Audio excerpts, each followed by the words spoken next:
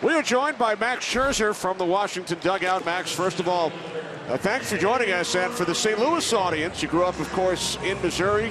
What are some of your favorite memories watching Cardinals baseball as a youngster? Obviously watching Ozzie Smith. He was my favorite baseball player growing up, and then always going to the ballpark and eating nachos there. That was my favorite thing to do as a kid, going to the park. So the nachos got the thumbs up at Busch? Oh, yeah. The cheese, I at least 3 nachos a game. Now, how many tickets do you leave now when you go back home? It's much easier now. The first time I went there, it was like 40-something. Now when I go back, it's only a handful. Just family now. Max, you see the ball looks like it's jumping here today. Does it look like that to you downstairs at the heat or what? I mean, that's just how it is in this park sometimes. When it's hot and humid, man, the ball really carries. And if you get backspin, it can go. And we've seen a couple bombs already tonight. But when you're on, they're not hitting it. Hey, tell us about the 20 strikeout game, man. That was amazing. Oh, I mean, it was just one of those games where I got locked in, and just from inning 1, just went out there with good attitude, and just seemed to get in rhythm early, and was throwing a ton of sliders, and everything seemed to work. I was working ahead to count the whole game, and anytime I got in a position, was always able to collect that swing and miss. All right, so Adam got 2 quick outs on us. He's trying to take away your conversation. I want to ask you this. I asked you this that night when you threw that. You want the no-hitter or a 20 strikeout game? I don't know. They're both amazing in their own right. I mean, the no-hitter, that was pretty special, but so is 20 Ks. It's hard for me to pick. All right. Here's Jason Worth with 2 away. How have you enjoyed Max playing for manager Dusty Baker? Oh, he's been great. He has great energy. Just understands all of us. Understands the baseball. I mean, he's been around forever. He played with Hank Aaron, so he knows so much about baseball, and you just can always get a great story out of him every single day. You referenced Hank with us earlier today when we met with him. How often does his name come up?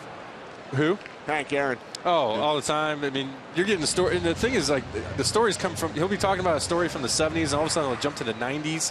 Then it's back to the 70s, and he'll get back to 2015, something that happened yesterday. So it's awesome getting a few stories out of him. Don't worry, you'll be doing that in 20 and 30 years. You're too young. Yes, you are. Hey, so tell us about this National League East, man. The clubs are pretty good.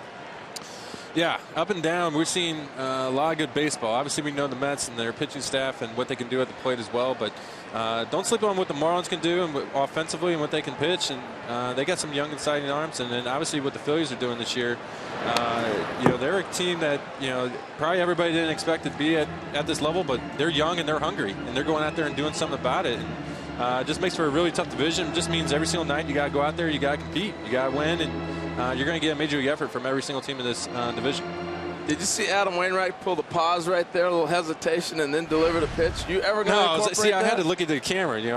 This is TV stuff. Yeah. No, he's got it all working right now. He's starting to pause, the hesitation. This one's a quick one. Yeah. You ever do that? I've never done that, but as a pitcher, I know when you're on, and you feel like you can execute any pitch. So we need to get to him quick before he can really get settled in.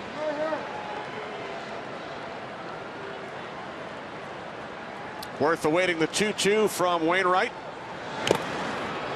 So, Max, tell us about the catch he had with an 11-year-old Mets fan recently named Joe LaRocca. We're showing the video, and we are able to report that his dad did buy a Max Scherzer jersey for his son. That's awesome. Actually, I kind of did it a few other times on the road where, you're out there, just shagging and you're kind of running out of things to do. And instead of giving a kid an autograph, play catch with a couple kids before and just have them be in New York. And, a kid had a glove, and I figure that's a better way to give a gift than an autograph is to play catch. Well, it sounds like you made his life.